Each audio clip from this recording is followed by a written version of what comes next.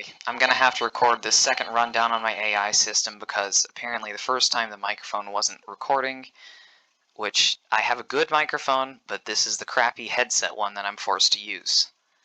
Thanks, Windows Recorder. So I'll just make this quick to spare mine your time. So here's how the AI system works. It uses multiple layers, and each of which does a particular thing, such as perceive with target perception, think and evaluate decisions with the mind tree, and execute them with the run action tree. So, and event tick updates that, which is technically considered to be part of the mind tree, but it's just a general thing. So this uses the default Unreal Engine AI perception system configured to have sight, and I couldn't figure out hearing, but sight is usually what you need anyway. So sight radius of 30 meters, because this is our example for a close range enemy, which is why I call it the scout enemy. They've been given a shotgun and the ability to do crappy close quarters combat. So I'm not going to waste time with jokes about how close quarters combat is solvable entirely with throwing landmines, but whatever. So Unreal Engine AI perception system, it perceives an actor at a location with stimulus tag of either sight or hearing, but I'm ignoring that for now because I couldn't figure out how to use hearing. And is it successfully sensed means that did the actor leave or enter this AI's vision when this pushes the signal. Pushes the signal if this act or any actor enters or leaves this AI's sight. So we're gonna use that to get, is this actor entered our sight or gone out of our sight, in which case if the actor's left sight, we have these arrays of not in sight or in sight, that enemy will be removed from not in sight, it'll be added to not in sight and removed from enemies in sight. So for my system we have current enemy, which is considered to be the focus enemy, because this AI can only attack one enemy at once, because trying to attack multiple enemies at once like a human would be extremely hard to replicate, but I will do it for money. Be advised, I will do that for money if the pay's good, but whatever. So this checks if that current enemy, which is, we have our saved current enemy, this is our focus, and it checks if this actor that's left the vision is that enemy. If so, is it dead? If it's dead, then calm down or whatever and remove it from all these arrays. If it's not dead and it's just left, it registers that as the enemy that is around the corner. It says targets around corner and then go to their last seen location. If you want, you can do math to predict based on the enemy's velocity where they've moved to, but this is a great way to give the AI system the ability to perceive and go basically act like players without having to be able to cheat by having them have effectively wall hacks, which is very fair. So if the enemy enters a site, we check if that's the current focus enemy. If so, like focus on them or something, but whatever. If it's something new entirely, we're going to check if it's an enemy first, which is a custom node I made that uses every AI's custom team configuration. Unlike the one you see in AI perception right here, we have enemies, friendlies, neutrals. This thing takes an integer for the team, which means you can have as many teams as you want. Well, unless you go to the 32-bit integer limit, but dear God, how are you making Unreal Engine do that? Anyway, so this has a custom config that will really help people set up their own AI systems, such as it lets this AI, or any AI with this system, know how dangerous that AI is. Like at runtime, you have to set this up at runtime, not runtime, god, my brain is so fried, it's midnight. You have to set that up so each AI has their intended level of danger that it'll pose to another AI. For in this case, a scout is a fodder enemy, so I have little danger, it's a fodder class, and pressure because it pushes on you. So with that in mind, we check if that's the new actor that we've seen, if we successfully sense it, like which means Inner's vision, check if that's an enemy, and the scout automatically notifies its squad mates of that. The AI's entered this AI's view. It could be an AI player entering the view, doesn't matter, it'll treat it all the same. It's meant to be kind of robust and non-crappy, so it'll add that to the enemy's array, check the priority, danger level, and whatever of that enemy, and then output, should I focus this target or should I focus any more dangerous target? So let's go in here and show you how that works. So basically it'll check, is it valid? If so, get the team. Does the team match my team? If not, it's an enemy. Then do a little array sorting, which basically outputs a array of priorities and actors. So to get the target's priority value, I've whipped up this custom implementation like last year, I think. So it breaks the AI team down, checks the danger level, which I mentioned earlier, and it does things like ignore inanimate objects, and which is for actors that can be damaged, like explosive barrels, but we want the AI to ignore it. So outputs it as either irrelevant, enemy, or dead. If it's irrelevant, ignored, enemy, focused, dead, also ignored. So it takes into account the remaining health of that enemy, adds a little bit of priority, and then for this danger level array, the more dangerous it is, the higher the priority will be. Because, like, holy shit, we should focus that enemy. Then we do some more weighted math, which don't ask me why, but just know that it works flawlessly. I'm kidding. It basically just adds a little weight onto each one, cubes the danger level with that, and then throws that in. Then checks, what range is it at with. We basically get the distance to it and take our range threshold and attack range threshold and take that into mind too, because we want to focus more on enemies that are close to us and posing a larger threat than some guy far away. So we're going to go back to the scout enemy and show you more on that. So this kind of covers the sensing, aside from like other things like getting hit and other stuff like that. So now we'll focus on event tick, which is the update of that AI. Recording this in segments, don't mind the cuts. So on event tick, we're going to set the frame time of each frame. So did you know, by the way, you can configure AI to tick at a certain interval. So if you want to tick it at, like, say 50 FPS, you go divide a second by 50. That's right, ladies and gentlemen and other people, whip out your calculator. So that's 0.02. Yes, I know I do like Calc 2 all day because of physics class, but whatever, dude. So then it'll tick at 50 FPS, saving you frames by smushing the AI's frames down a bit, which is kind of useful. It's like kind of obscure, but it'll help you a lot. But the AI brain tick is a lot different than the AI tick itself. So the character movement and AI perception will be updated at that 50 FPS, but the brain will be updated only at the update interval you pick.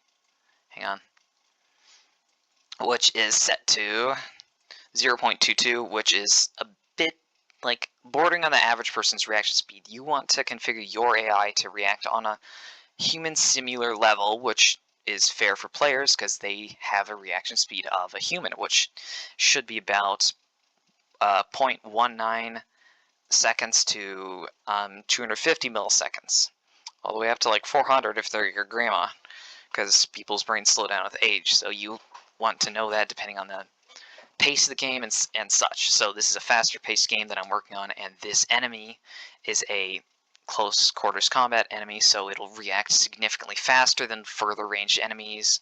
Like, say, your tank enemy will react much slower, giving the player time to, like, we can get around it, because which is a subtle way of subtle way of reducing the perceived difficulty on the player without actually reducing the health or anything else, because it's not only about the health, it's about how the enemies act as well. Because most of the difficulty in my game is actually intended to come from intelligence of the enemies rather than the bulkiness or the damage, because they aren't meant to instantly kill you. They're meant to be somewhat of a challenge to go around them really quick and kill them all. Which is, I don't know why I'm doing that, but it seems like an interesting principle to do a game off of. I don't always have reasons that I can explain, but they make sense, trust me. So this is a do lock for node. It is a gate with a timer that basically opens the gate only after it runs once. So hang on, moving back. So basically it's a fire and forget way of locking something, doing something, locking for that. So if I want to enter, I can go bam, bam, bam, enter, but it's not going to let you do anything until this timer, which in case is the update interval, runs out. It's super efficient, so you aren't running things every frame, which can be disastrous. For example here, sorting the priority array of the enemies, in which case this AI will reevaluate the danger level of enemies on the fly, just like your average person. Already showed you the danger level and target array. This is just a sort array. Do note this system uses the victory blueprint array, which makes things way easier, but you can do it without it, but I'm not going to show you how because this isn't meant to take all night for you or me. But the victory library is a third-party plugin you can get from most Unreal Engine versions. It's free though, so has a lot of useful functions. So yada yada yada. And do note that you will have to use Visual Studio to compile a project from source after you add this. I'm telling you now because that'll save you a lot of pain. So you're going to want to compile your project from the project source, even if it's blueprints, because that, or else you won't be able to package your game and you'll get a massive headache and be miserable like I was. This is one of those things that you learn only by doing and only by being absolutely miserable. So on each update interval, when it's ticks, think like a Minecraft tick event. Like if you're one of those people that know a bunch of Minecraft Redstone, you'll know that there's like ticks. So for example, if you power a Minecraft piston, it won't move instantly. It has a tiny delay of like 200 to 400 milliseconds. I can't remember. But anyway, that's what this does too. It's like the real human being's reaction time, but boiled down into an AI system that you can configure or reuse. Which, yeah. So the mine tree will run each tick for the AI, not each tick of the frame, which two different things, don't confuse them. I'm not the best teacher. This is the first video I've recorded like this, but whatever.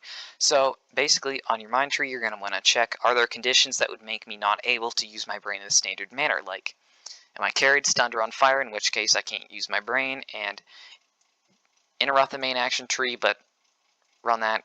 But if it's run when interrupted, it doesn't act normal, it might do something else. That's for abnormal conditions, but for normal conditions, it'll go to this, check if the current enemy is valid. If not, don't alert. If it is, alert. This is one of the simpler ones, so other people can see what I'm doing.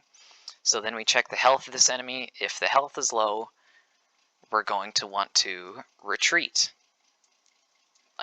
But only if this current enemy is valid. If it's not, we're fine and we can just hang around. The current enemy, as said before, is the enemy that this AI is focusing on. If you want, you can do multitasking, but I highly recommend you pay me to help you set that up first, because this took me like at least 8 tries to figure out how to do all this stuff and develop that into this. Trust me, I've put like a couple 100 hours into this. Yes, I know I'm a loser, but whatever. You can't say I'm not stubborn, at least. Wait, why isn't that replicated? That should be replicated. Yeah, so this does work in multiplayer, but if you have the replication event set up. It's not 100% replicated yet because I'm only one person, but whatever.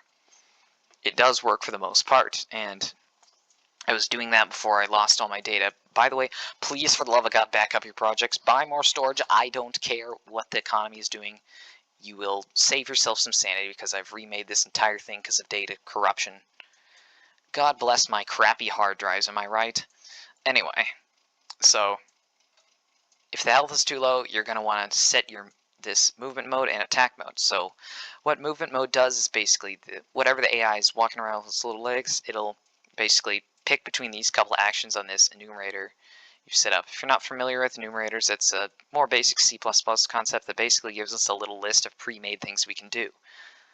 So I've set this up so it's got a list of movement type actions that this AI can do. This is generic. You can make your own enum or extend this one into doing other stuff than these basics. But in this case, we've got retreat, move to, standing still, evading, which this is a debug thing that I've added to mine, but you can not do that. Patrol, force, obey, like if this AI is subordinate to another AI, like an officer, in which case in my game, I've got higher ranking AI that can command these AI around. But most people won't want to set that up, and it's not necessary. But this is a game on moving fast, outsmarting the AI, and stuff like that. Because, yeah. Or like wander or something. So, and then we set the attack mode, which that's what the AI will be doing with its hands, which you can be punching, shooting, reloading, throwing a grenade, or nothing. Be sure to always have a nothing option, or else it'll look funny. But yeah, that's just for the health low, and then it runs the action tree to actually execute those actions. The action tree takes these two enumerators and then does it.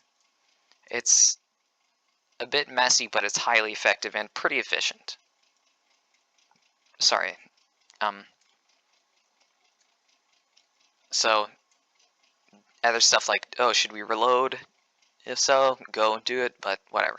So if we don't want to reload, that means, which means that the ammo and mag is, it'll just reload if it's less than 1, which means 0, but whatever. Tip, don't use equal nodes, because sometimes you can get like double subtraction or something if you get really unlucky with frame skips or you do something messy. It's just a future-proofing against yourself thing, because you will make a mistake. Game development is like this huge laborious thing. You're bound to make a mistake here or there, but that's okay. It's about how you make your stuff able to recover from it, and can you recover from your own mistakes. So if we want to shoot at a player or the target current enemy, first we have to check if they're within a certain cone of our forward vector, which is basically forward vector is basically a line. See, this blue line is actually perfect for it. That's basically straight ahead of us. And it'll basically, what that does is it checks the default, what that does is check if that enemy is within a 45-degree cone, which means that yes, we can shoot them because the gun is aligned with them. Because earlier I may have shown you on event tick, this AI will rotate toward the enemy with a, let's find that actually, a gradual rotate to target actor and get the intended aim rotation, which basically does get the actor, find the look at rotation, and transform that and rinterp to a constant, basically, which means it, for each tick of delta time, it adds a little to the rotation, which is the output of that AI, which basically will help us gradually rotate toward it. Note that I use a lot of macros that I've pre-made because they're reusable in all the AI. This really helps with keeping the AI implementation from becoming impossible to do spaghetti code or having to copy paste a bazillion things. So let me show you how that is actually so. So if you want to go for that, you'd have like AI macros or something, which is the blueprint macro library that I made. You can make one by doing like blueprint macro library, whatever. So if we open that up, we can see some examples like how long has this target been since it entered a range? Is target looking at me? This is more macros. This, yeah, I know, kind of ugly, but automatic like retreat functions and all kinds of things. It is super useful to put your code into those sort of things. Keeps you from having massive headaches down the line, trust me. So then it sets aim pitch and rotate toward that. So aim pitch will basically be how up the AI is facing. Basically, it'll have to point the gun up if you're above it and down if you're below. That's what pitch is. First time I've done a tutorial, so if I talk funny, just make fun of me, I guess. So if it's within that correct rotation tolerance, that'll be sure to do that, because as I said before, AI perception has a perception thing, which basically is if you're within 90 degrees of the exact front of the AI, it can perceive you, but this makes it so that it will shoot you if you're there. And again, little reminder, set affiliation to everything since we're jumping over the regular function to great results. So then this is a node I've had that checks the distance to it and basically says, oh, what do we define in meters? Mind you, in meters, not centimeters, like because Unreal Engine uses centimeters as a default measurement unit. So we measure close, medium, far ranges and our maximum. So that'll sort that out into the ranges of practically touching, in which case we should punch, close quarters combat, which I've set this to take if it's basically shoot them, if you can't shoot them, reload, and evade them, which is set up later in the action tree to automatically evade them. And since this AI is a bit simpler, I've just set it to move to the enemy's last seen location as much as possible. So basically get close to it, kill it, etc., etc.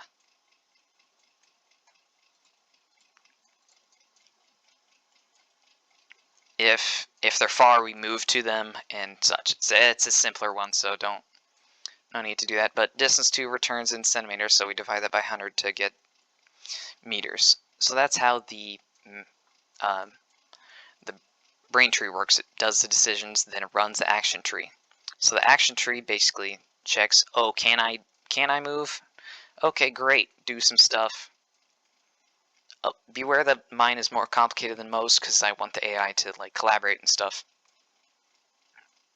So all you need to focus on is the AI alert mode, in which case if this AI is alerted, then we're gonna run this movement types and then do those movement types, like if we need to retreat, then retreat, which custom function I made. And if we're going to move to a location, just use the default AI pawn controller to move to that. But beware that by default, AI cannot walk backwards. So you may wonder, how do I fix this? So you're going to want to look under the self controller. I've set it to use the AI controller. So you need to configure a custom AI controller, even though this doesn't really use that. So if you want to set up an AI controller, you're going to have to set like some options like can strafe absolutely needs to be set up. So damn, I think I lost it actually. Yeah, that's just using a default AI controller class, which I don't think that's set up to strafe actually. But it's one of those things where do as I say, not do as I do. Yeah, allow strafe. It's an option there.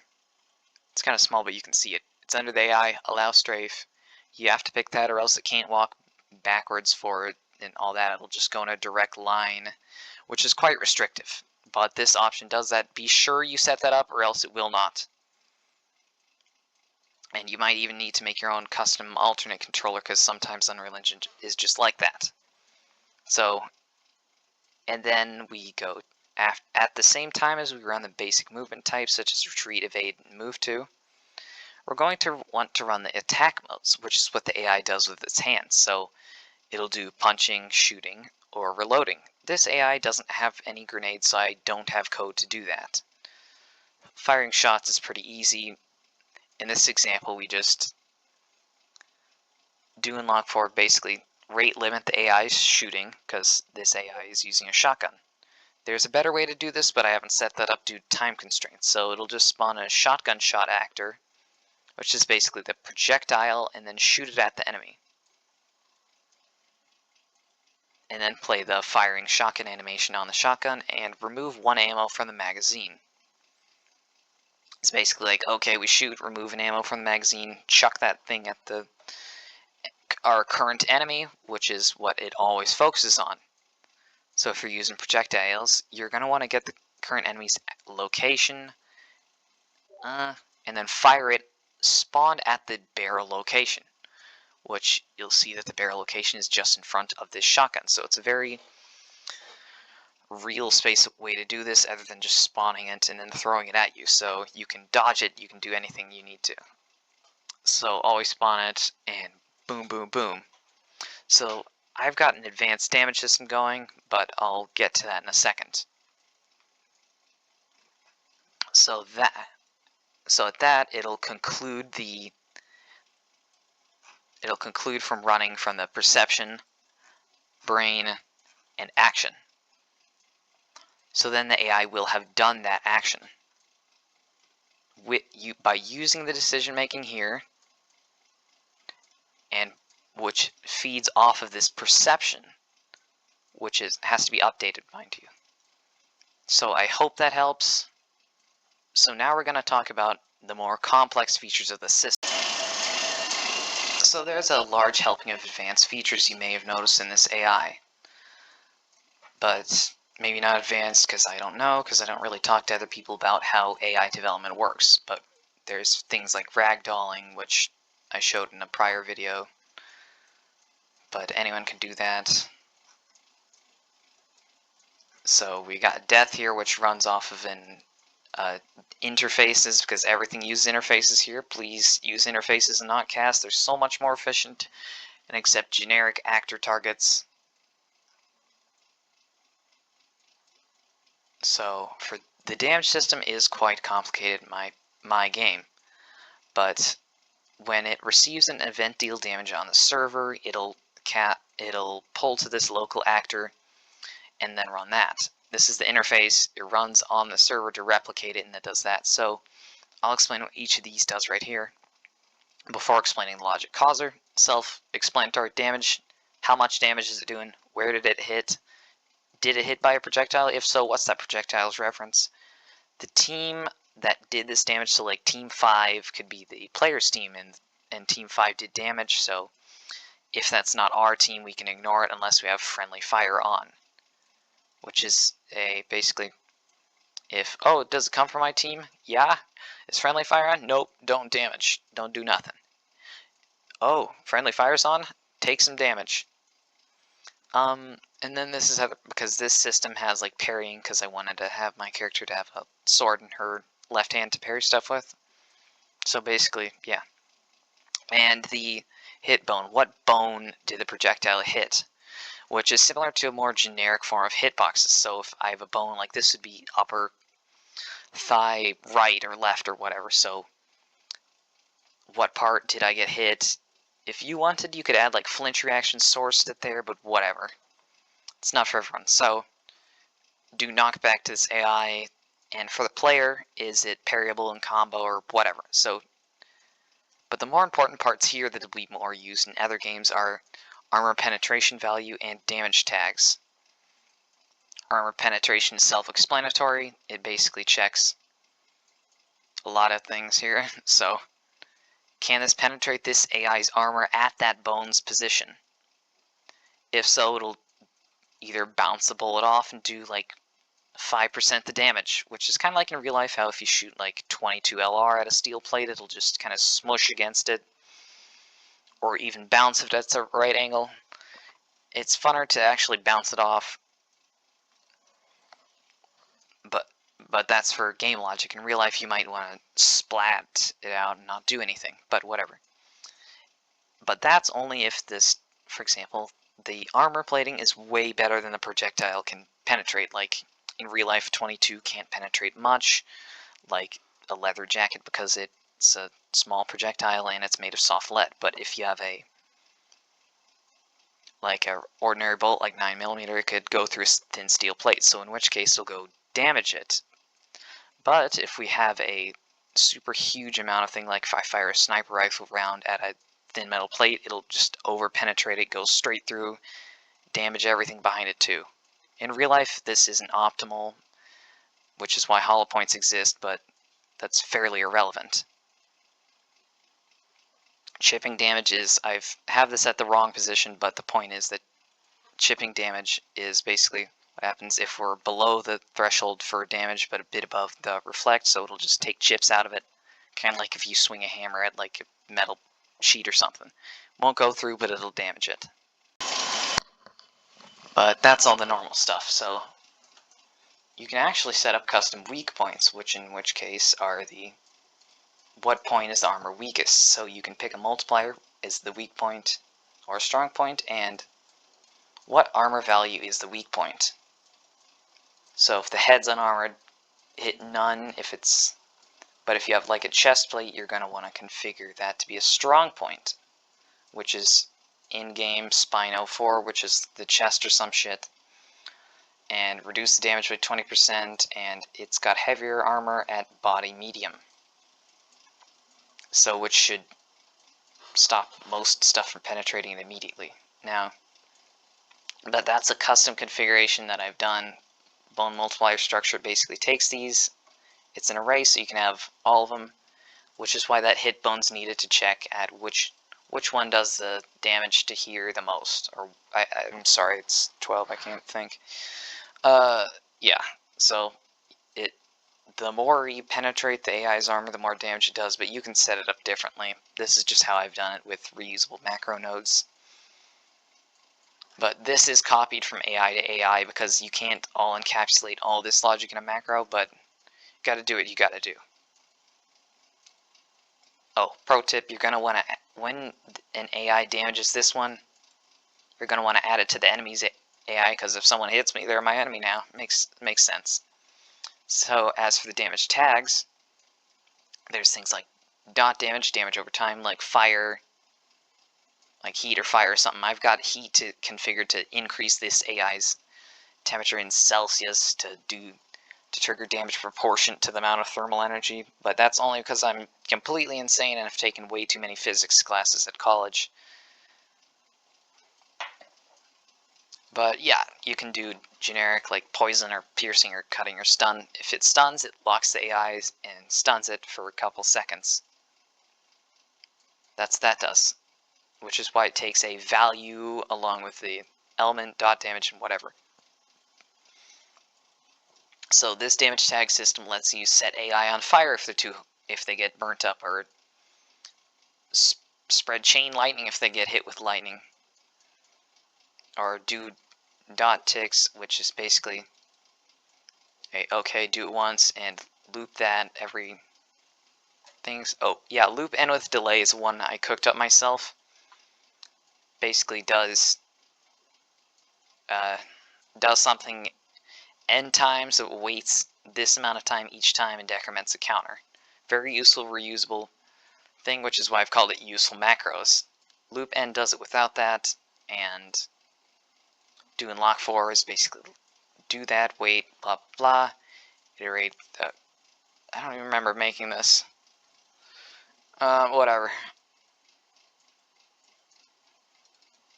Simple things like a counter gate, which basically counts how many times you pass it through until it resets, which is useful for if you want to count the enemy's AI ticks until it does something. Like if the player sits around it for 5 ticks, the AI should run away or something. 5 AI ticks, which should be around a second to 2 seconds, based on how you've configured it, but whatever.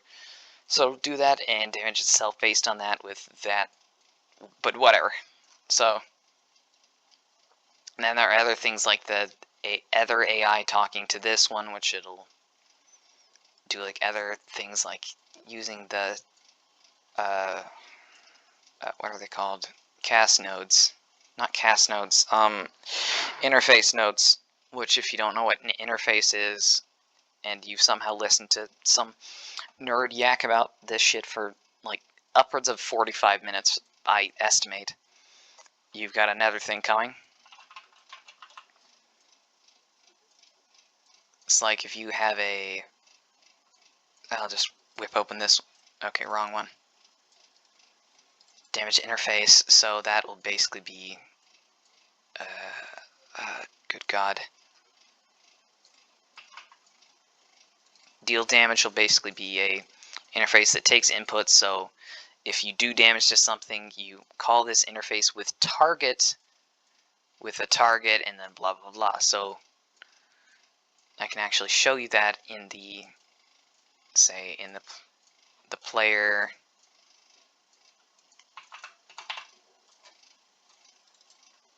They will, sorry, it's taking a minute, I don't have the best computer. If we want to do damage to an AI, it basically takes the target and then calls this in the target through Unreal Engine's magical unicorn routing system and smack them straight in the face with whatever damage you put in here. So I hope this helps understand how you could make a more advanced AI system without the use of those pesky AI graph nodes. And if you need any of the files included, just like text me or on Discord or something. And if you need me to like set this up for you, I can do that for some payment. But I'm gonna be honest, I don't really know the non-AI. I'm sorry, God, it's past midnight. Sorry. I don't really know how to do it without the blueprint nodes, because that's what I've been used to for the past couple years, but I can do a little coding without it, but that's mostly in other stuff than Unreal. Anyway, see ya.